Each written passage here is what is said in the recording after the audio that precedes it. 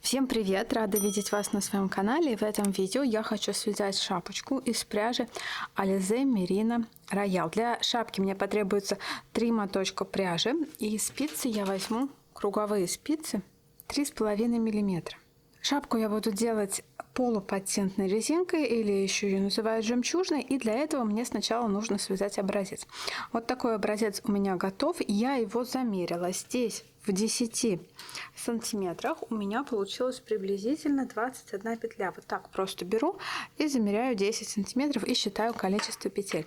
Отсюда я получаю плотность и дальше получаю то количество петель, которое мне нужно набрать. У меня получается в 10 сантиметрах 21 петля. Размер шапки, который я хочу сделать, это 55 сантиметров. В 55 сантиметрах x петель, соответственно 21 умножаю на 55 и делю на 10. Это получается равно приблизительно 115. Вычитаю отсюда 15%, получается 97, и округляю в меньшую сторону. Я получаю 96 петель. Набор на спицу я буду делать фабричным набором с помощью крючка, и поэтому мне нужна еще будет дополнительная нитка. Для набора петель на спицу я буду использовать крючок 3 мм. Мне нужно набрать 96 петель, но при наборе петель крючком на спицу я набираю в 2 раза меньшее число петель. Значит, я набираю 48 петель для того, чтобы в итоге получить 96. То есть это получается 1 петля.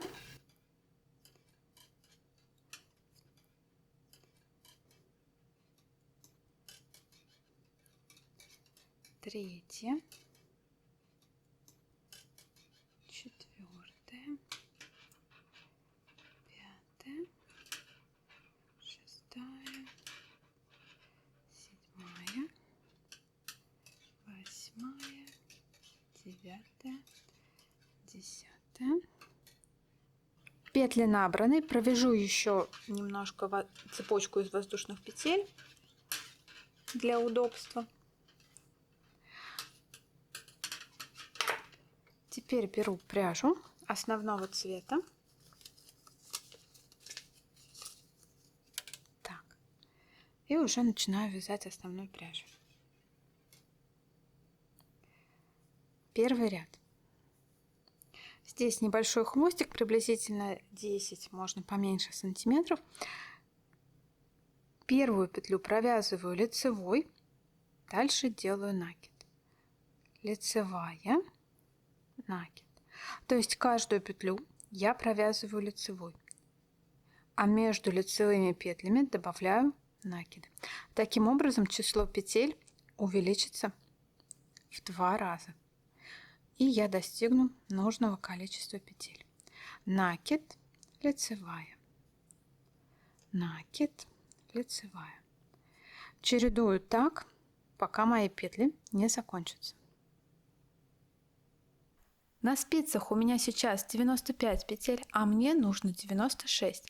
Добавляю 1 петлю хвостиком, она все равно бы упала, если бы я ее сделала в начале. Складываю спицы в кольцо и начинаю вязать первый ряд. Для наборного края первый ряд я вяжу полой резинкой. Точнее, я свяжу 3 ряда полой резинкой. Итак, как это делается? Первую петлю, здесь не очень удобно и не очень хорошо видно, я провязываю изнаночной, сбрасываю ее, лицевую перекидываю не провязанной, нить за работой. Все накиды я провязываю изнаночными, а лицевые я буду перекидывать нить за работой. Перекидываю лицевую так, как будто провязываю ее тоже изнанкой, чтобы не переставлять ориентацию петли на спице. Итак, изнаночная, снимаю, изнаночная, снимаю. Таким образом, в этом ряду провяжется ровно половина петель. Работаю так до конца ряда. Изнаночная, петлю снимаю, нить за работой. До конца ряда. Первый ряд полой резинки я провязала, и второй ряд делаю наоборот. Начинался у меня ряд с изнаночной. Теперь изнаночную я перебрасываю, нить перед работой, перебрасываю ее не провязанной, а лицевую провязываю обычный лицевой, да? Опять перебрасываю нить перед работой. Лицевую провязываю. Перебрасываю, провязываю. Работаю так до конца ряда. Перебрасываю, провязываю. Перебрасываю, провязываю. Заканчивается этот ряд лицевой, ее провязываю и перехожу к третьему ряду полой резинки. Здесь опять я вяжу изнаночные, а лицевые снимаю не провязанными нить за работой. Опять изнаночная, лицевую снимаю не провязанной нить за работой, изнаночная, лицевую снимаю нить за работой. И так работаю до конца ряда. Итак, третий ряд заканчивается снятой лицевой, перехожу к четвертому ряду, и здесь я начинаю вязать уже полупатентную резинку. Ее буду вязать следующим образом. Снимаю изнаночную нить на правой спице, получается, я снимаю изнаночную с накидом. Лицевую провязываю лицевой. Снимаю, лицевую провязываю. Опять снимаю, лицевую провязываю. Так работаю один ряд. И здесь можно уже распустить вот эту наборную цепочку, потому что она стягивает полотно, и, если честно, мне с ней вязать очень неудобно. Простым таким движением руки эта контрастная нить удаляется. Именно для этого я и набирала ее крючком, чтобы вот так легко удалить. И все. И продолжаю вязать. Изнаночную петлю снимаю нить на правой спице, лицевая, снимаю, лицевая. Итак, один ряд полупатентной резинки я связала и перехожу ко второму ряду. Эта резинка состоит из чередования двух рядов. Второй ряд — это мы вот эти две петли, которые изнаночные и накид из предыдущего ряда, провязываем просто изнаночной. Обратите внимание, изнаночной я вяжу классикой, и лицевую провязываю просто лицевую. То есть в этом ряду я чередую изнаночная, лицевая, изнаночная,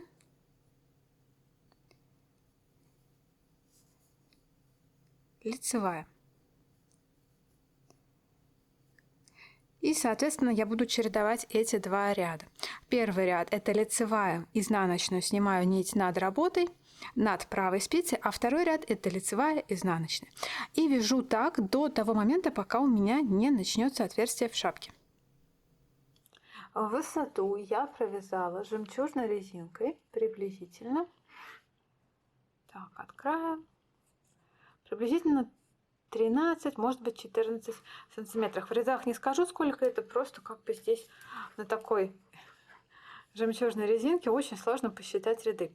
Это будет расстояние от начала шапочки примерно до подбородка, где как раз я и хочу начать делать отверстие. То есть у меня будет такое большое отверстие у этой шапки. Теперь нужно определиться с величиной отверстия. Я опять беру свою измерительную ленту. И прям по лицу я меряю, сколько мне нужно сантиметров оставить. У меня получилось вот 20 сантиметров. Это то отверстие, которое мне нужно. Это в ширину. И теперь я считаю. 96 петель — это 55 сантиметров, да?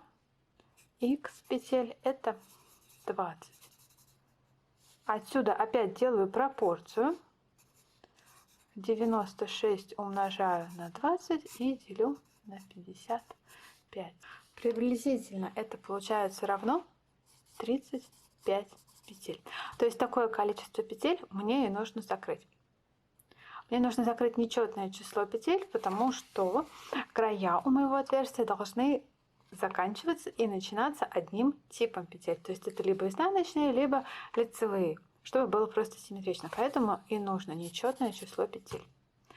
96 минус 35 это получается равно 61. Делю это на 2, приблизительно равно 30. И таким образом я провязываю сначала 30 петель по рисунку, дальше откладываю на дополнительную спицу 35 петель. И дальше снова провязываю петли по рисунку, оставшиеся в этом ряду. Итак, провязываю 30 петель по рисунку.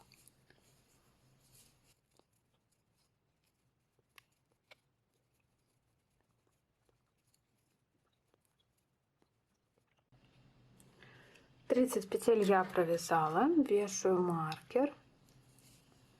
Дальше провязываю 35 петель для отверстия.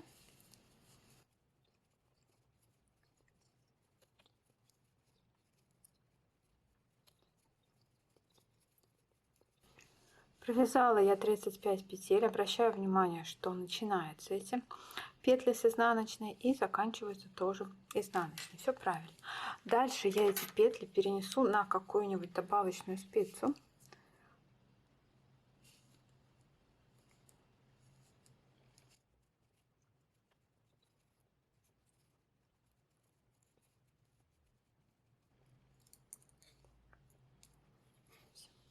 Петли перенесла и дальше продолжаю вязать уже поворотными рядами все той же жемчужной резинкой. Но сначала я довязываю этот ряд. Здесь осталось у меня должно быть 31 петля.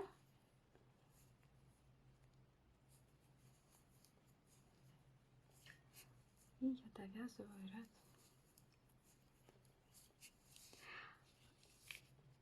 до конца.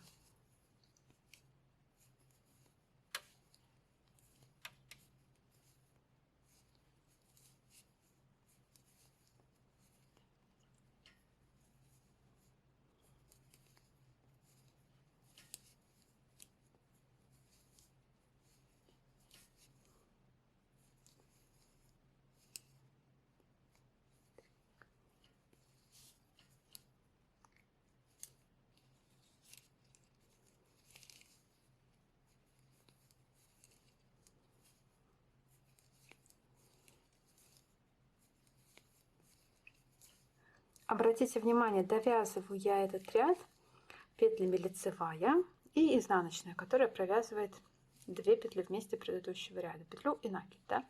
Лицевая, изнаночная. И где-то посередине этого полотна, вот он происходит стык рядов. Здесь хвостик. Вот, я дошла до стыка рядов, и здесь у меня просто в этом ряду меняются петли. Вязать я буду поворотными рядами, но половина этого ряда, вот отсюда будет начинаться поворотный ряд, вот до сюда сейчас будет вязаться один ряд, то есть это будет лицевая и петля с накидом, да?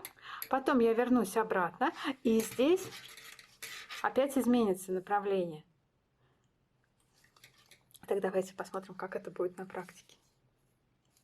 То есть здесь половина ряда вяжется так, половина ряда вяжется так. Лицевая, изнаночную снимаю с накидом. Опять лицевая, изнаночную снимаю с накидом. Здесь у меня жемчужная резинка пойдет поворотными рядами. Так. Кромочную я напоминаю, что я вяжу всегда, последнюю кромочную я всегда делаю лицевой. Изнаночными петлями я кромочные не вяжу.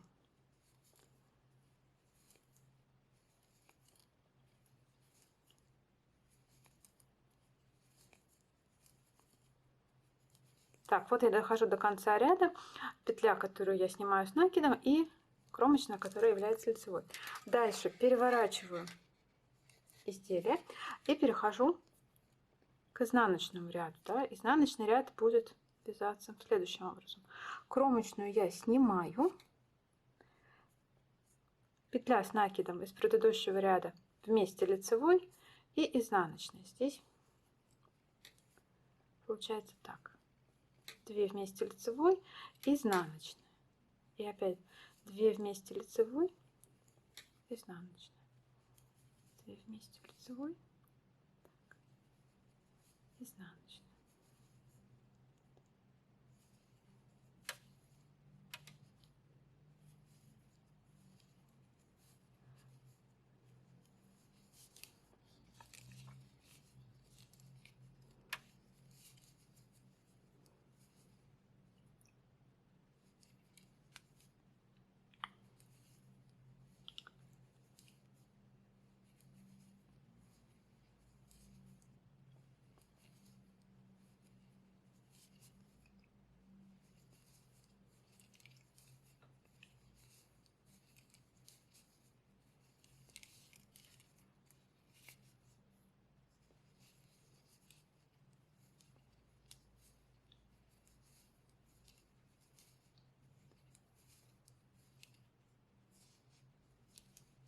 И здесь нужно не проморгать вот это начало ряда, которое отмечает хвостиком. Да? Можно сюда маркер повесить.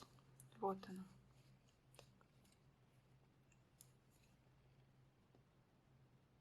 Еще одну петлю. Так, сейчас.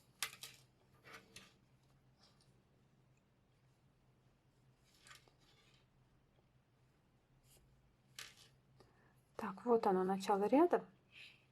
Вот я откладываю от хвостика прямую, и вот оно, начало ряда. И дальше меняется рисунок, потому что как бы вот этот центр этого участка, это получается как раз та точка, в которой менялись, в которой круговые ряды смыкались, да. И теперь я делаю таким образом: изнаночную провязываю, лицевую снимаю с накидом, опять изнаночную провязываю, лицевую снимаю с накидом,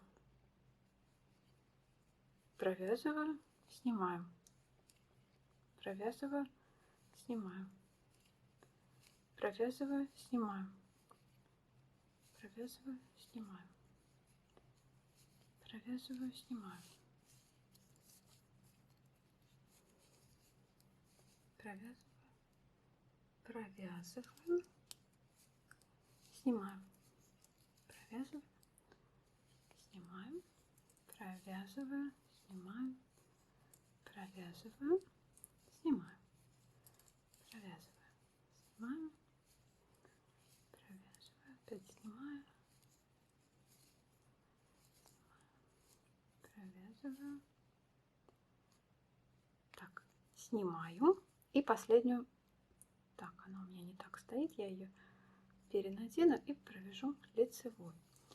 Таким образом, первый поворотный ряд готов. И дальше вяжу такими поворотными рядами. Здесь опять узор изменится на середине, там где маркер. То есть лицевую снимаю первую кромочную, да, 2 вместе провязываю изнанкой, дальше лицевая, изнаночная, лицевая, изнаночная, лицевая, изнаночная, лицевая, изнаночная, лицевая, изнаночная, лицевая, изнаночная,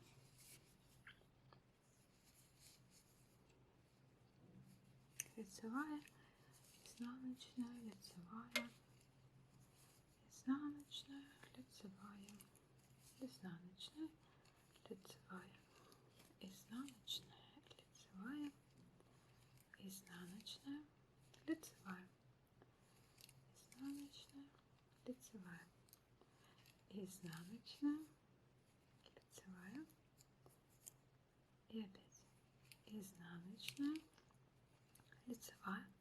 Перебрасываю маркер и здесь отлично перебрасываю. Так, перебрасываю. И здесь меняется рисунок. Снимаю изнаночную с накидом, лицевую провязываю. Я надеюсь, это понятно. Снимаю, лицевая. Чередую так на нужную высоту. Ну, фактически на высоту отверстия, которое вы хотите сделать. У меня будет довольно широкое отверстие, то есть где-то до начала бровей, до начала глаз я буду вязать такими поворотными рядами. Ну, встретимся уже там, я сделаю все замеры и скажу вам, сколько нужно провязать. В высоту я провязала 30 рядов.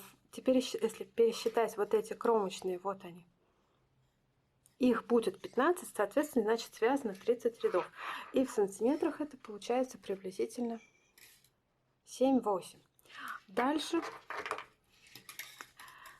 я остановилась у отверстия, и мне нужно набрать 35 петель. 35 петель я закрывала, 35 петель я набираю. Делаю на пальце вот такой поворот и вставляю правую спицу в петлю на указательном пальце.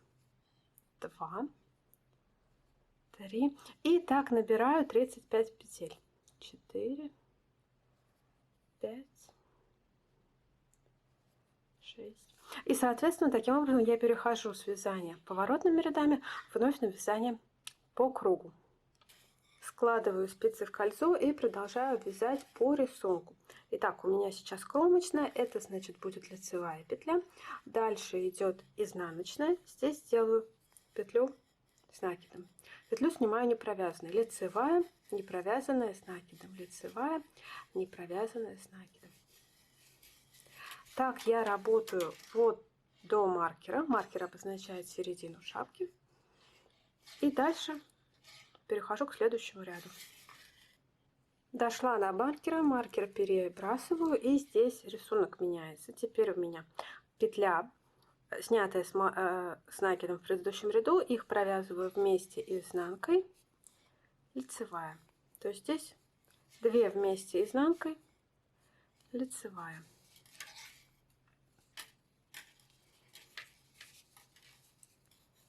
Изнаночная, лицевая.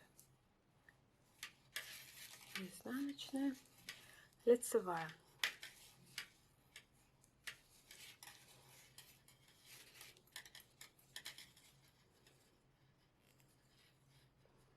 Вяжу так вот до этих набранных петель, и здесь мне нужно будет продолжить свой рисунок. Подхожу я к добавленным петлям. Так, изнаночная, лицевая. И дальше продолжаю вязать изнаночная, лицевая, потому что здесь, как видно, предыдущего ряда нет, и, соответственно, накида из предыдущего ряда тоже нет. Поэтому вяжу просто изнаночная, лицевая. Здесь нужно запомнить, какой петлей начинался этот ряд. Он начинался изнаночной. Соответственно, все добавленные петли должны закончиться тоже изнаночной. Вот. И дальше уже пойдут обычные круговые ряды. И нужно будет связать до макушки обычными круговыми рядами, точно так же, как мы вязали вот эту часть шапки. Высоту от начала отверстия до макушки я связала где-то приблизительно 12, нет, поменьше, 11 сантиметров. И если посчитать по изнаночной стороне, потому что по лицевой считать очень сложно, здесь такая жемчужная резинка, здесь у меня по изнаночной стороне будет 22 вот этих вот косички, 23 на спице. Соответственно, это 44 ряда. Дальше я делаю разметку маркерами. У меня макушка будет шестиклинка. В круге у меня 96 петель. 96 делить на 6 получается 16. Поэтому я сначала отсчитываю 8 петель. Это 16 деленное на 2. Вешаю маркер. Дальше отсчитываю 16 петель, вешаю маркер. Опять 16, вешаю маркер. 16, вешаю маркер. И так по кругу. Размечаю 6 маркеров. Седьмой у меня вот этот вот розовый обозначает начало и конец рядов. И перехожу уже к вязанию макушки. Итак, вяжу по рисунку. Здесь у меня по рисунку изнаночная, лицевая, изнаночная, лицевая.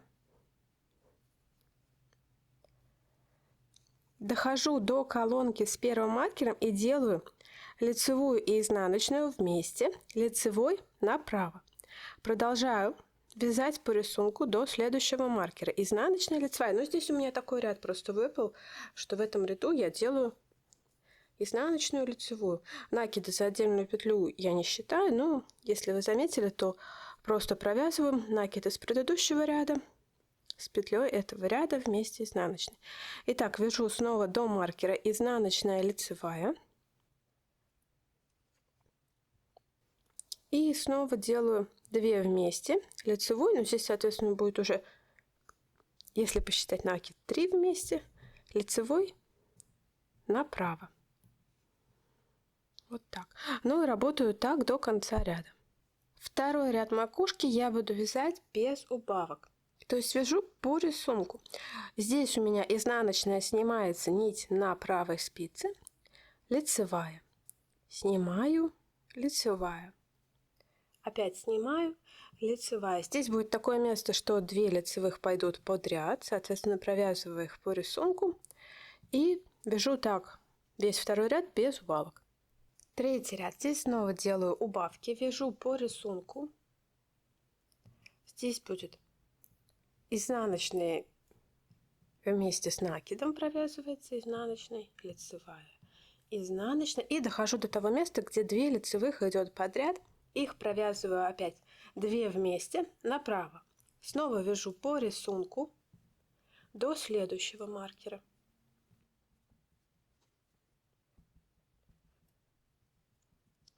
И снова провязываю 2 лицевых вместе направо. Работаю так до конца ряда. У каждого маркера делаю 2 вместе направо. 4-й ряд. Опять будет вязаться без убавок по рисунку. Снимаю изнаночную с накидом, лицевая, снимаю, лицевая, снимаю, лицевая. И так вяжу до конца этого ряда. 5-й ряд. Здесь снова делаю 6 убавок, вяжу по рисунку, изнаночная, лицевая, изнаночная, лицевая. И вот дохожу до колонки, отмеченной маркером, и делаю 2 вместе направо. Опять до следующего маркера по рисунку, изнаночная, лицевая, изнаночная, лицевая.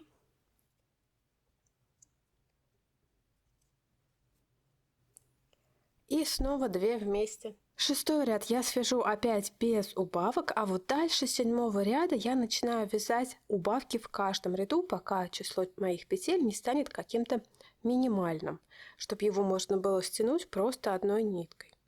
На спицах у меня осталось сейчас 11 петель, и я просто стягиваю все петли ниткой оставшейся. Провязываю одну петлю, возвращаю ее на левую спицу. Накидываю следующую петлю на эту, опять следующую накидываю, и так поступаю со всеми петлями.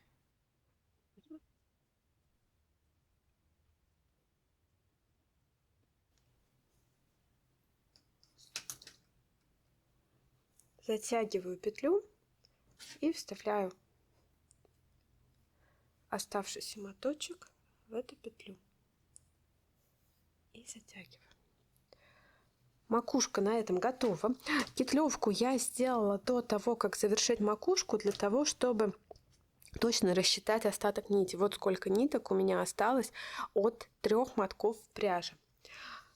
Как сделать такую петлевку, видео будет вот здесь по подсказке, либо внизу найдете в описании под видео все полезные ссылочки. По размерам эта шапка, так, в ширину, в нерастянутом виде это приблизительно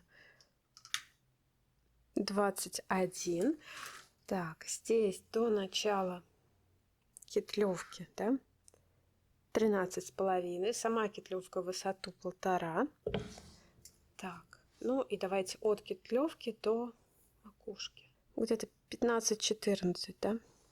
Шапочка у меня получилась практически двухсторонней. Вот эту сторону я буду использовать как лицевую. Но посмотрите, изнаночная сторона тоже очень красивая. Здесь совершенно другой, но вполне самостоятельный рисунок. Такая аккуратная кетлевка по краю позволяет использовать эту шапку на обе стороны. И, соответственно, вот этот фабричный край, он тоже красиво смотрится, что с одной стороны, что с другой. То есть фактически вяжете один раз, а получаете сразу 2 шапки.